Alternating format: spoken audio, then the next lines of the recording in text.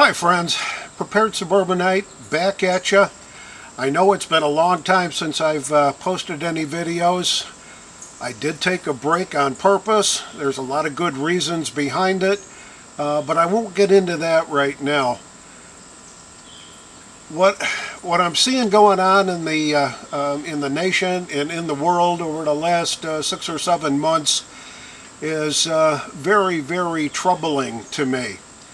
And as I look at what is going on in Afghanistan and other places around the world, I am becoming even more concerned about the necessity of being prepared for whatever is coming, and something's coming, but I ain't sure exactly what form it's going to take.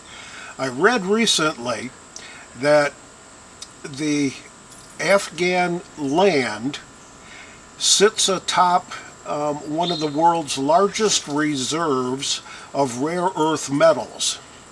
That means things like lithium that we use in batteries, that we use in solar panels, all that kind of stuff, that has not been exploited as of yet.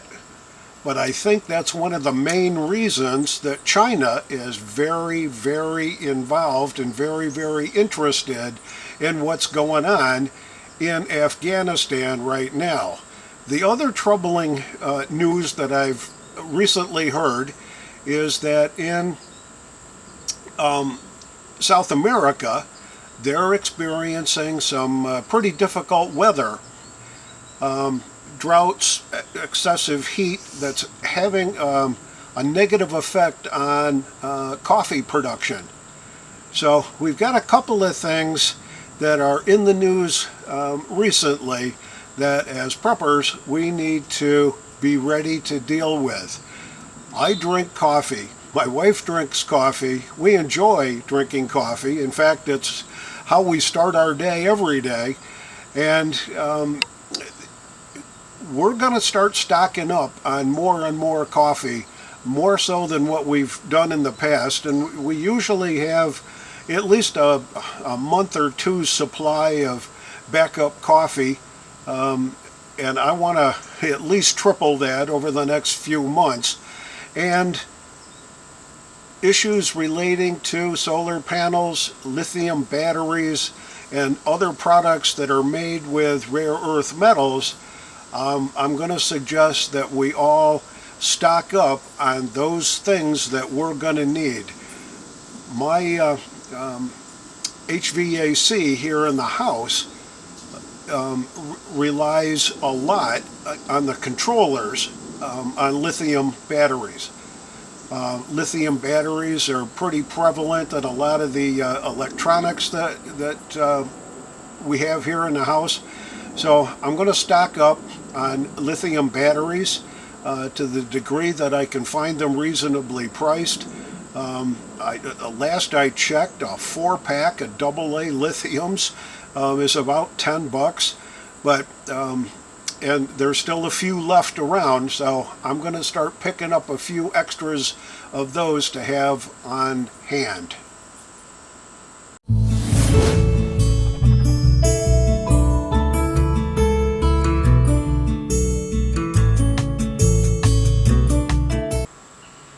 I spoke of Afghanistan earlier on, and I think the thing that really bugs me the most is Biden trying to blame Trump for the mess that Biden has created. In fact, there's a number of our liberal lefties that I have come in contact with over the last few days that are echoing the exact same talking points, that the only reason that this is happening is because Donald Trump made a deal with the Taliban. And Biden said in his speech just the other day that he said he effectively had little choice in the matter. It was either to withdraw now or escalation of the war. Well, Okay, if that's what you think, but none of that's true. I looked up the deal, tried to find a good synopsis of what was going on, and here's what I found. He cut the deal in February of 2020, and it took about 18 months of meetings with the Taliban leadership to come to this agreement. And there was some stops and starts during that process. But here's the basic top-level deal. Have U.S. troops out in 14 months with a target date of May 1st, 2021. Biden then did extend it to 9/11, and I think now it's August 31st. So whatever day you want to pick. But the original date was May 1st, 2021. On the other side, the Taliban agreed not to let Afghanistan become a haven for terrorists. Taliban was to start peace talks with the Afghan government, with a ceasefire being part of the consideration. We agreed, the U.S. agreed, to reduce our troops from the 14,000 that were there at the time to 8,600 during the first 100 days. And then over the next 9 months, complete the troop withdrawal and close the bases. The Taliban agreed to not have any terror cells and that they would be responsible for any individual who might want to attack us from Afghanistan. I'm not sure that that was worded exactly the way Donald Trump meant it, but that's the best, and I saw it in two different sources, so the wording is kind of squishy there, that the Taliban would be responsible for any individual who might want to attack the U.S. from Afghanistan. Now, from Afghanistan is quite a limiting thing. Could be Pakistan, could be this place or that place. But the fact that they recognized that they were involved in the terror schemes, that was part of the deal. The U.S. agreed and did release 5,000 Taliban prisoners. And the Taliban agreed and released 1,000 of its prisoners. And it didn't specify that they would be U.S. Citizens, British citizens, Australians. It just said of its prisoners, referring to the Taliban's prisoners. And that was pretty much it. That was, there was like 3 highlights on our side and 3 or 4 highlights on their side.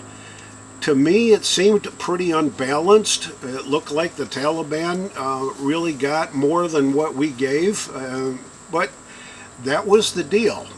Now, Trump wrote The Art of the Deal. I suspect that this was step 1. So, but it'll never pan out now that he's no longer in that position to negotiate those kind of deals. The Bagram Air Base, the Bagram Air Base closed on July 5th, and by August 15th, the Taliban basically took the whole thing over. Now, that's pretty recent history. I mean, it really wasn't that long ago. And at about the same time they took over the Bagram Air Base, the president of Afghanistan, Ashraf Ghani, fled with reportedly millions of dollars in cash. He denies it, but there's a lot of reason to think that he really did abscond with quite a lot of money.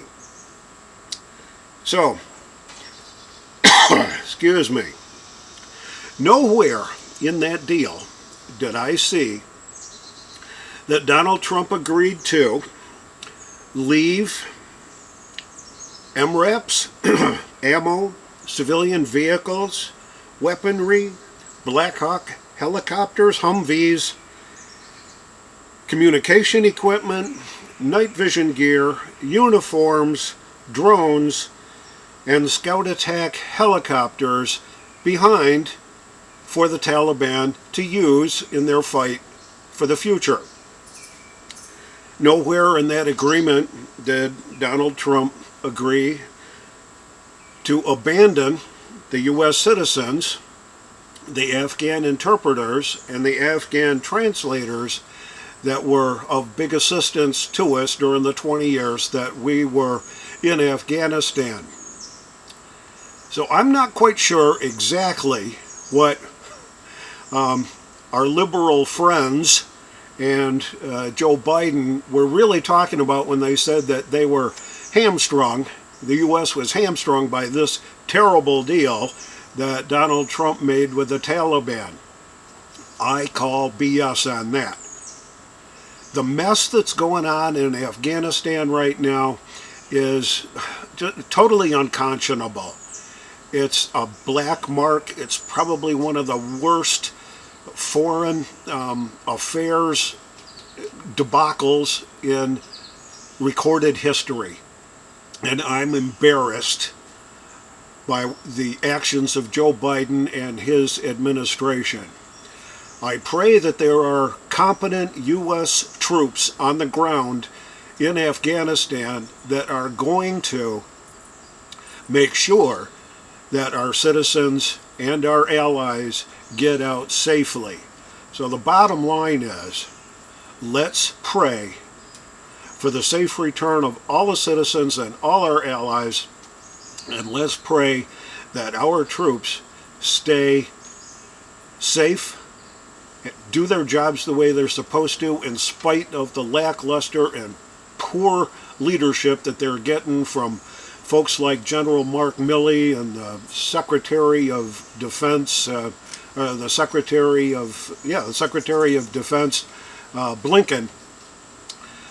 In spite of their terrible leadership, I've got quite a lot of faith in the troops that are going to be on the ground, that are still on the ground in Afghanistan, and I'm praying that, bottom line, that everybody gets home safe and we can close this ugly chapter.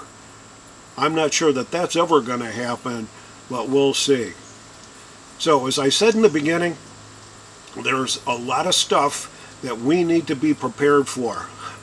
Aside from all the basics, food, clothing, water, shelter, a means for self-defense, take a look at your coffee, because that's gonna go really expensive. Inflation is really going to hit us hard, so when you can stock up on stuff based on your budget, stock up on stuff that you're going to need for the future. Keep in mind that the Afghan land sits on top of deposits of rare earth metals, so if you're in the market to invest in solar, to invest in any kind of lithium batteries, now's the time to do it before they disappear. This is the Prepared Suburbanite reminding you to be prepared always, and I'll see you all on my next video.